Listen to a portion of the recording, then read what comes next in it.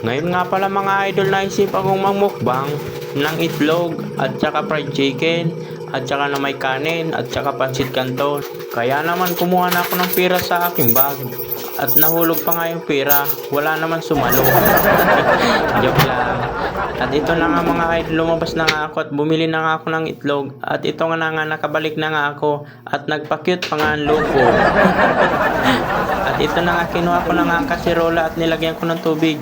Nilagay ko na rin nga sa kalan at sinindihan ko na rin yung kalan. At ito na nga yung tatlo kong itlog na binili at dalawa nga lang ang kailangan ko at binuhol ko na nga yung plastic. Nilagay ko na nga sa tubig. At maya maya nga iluto na agad. Ang bilis, di ba?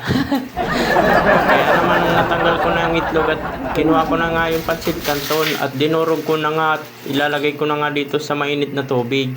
At habang ang hinihintay ko yung pansit canton maluto, babalatan ko na muna itong dalawang itlog. Alam nga naman ikaw ang balatan ko, hindi ka namang itlog, mukha lang itlog. Charot lang. Ay, kaya nga naman mga idol, binibilisan ko na nga ang pagbalat ng itlog dahil mainit nga ito.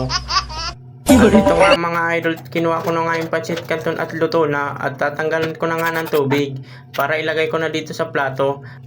At ilalagay ko na nga rin itong flavor ng pansit canton. At ayan na nga, mini cosmetics na nga insan. At ito na nga mga idol, natapos na tayo magluto. Kaya naman ready to eat na tayo. Let's go! Dalawang fried chicken, dalawang egg, pansit canton, at may kanin pa. Let's eat. Kain na.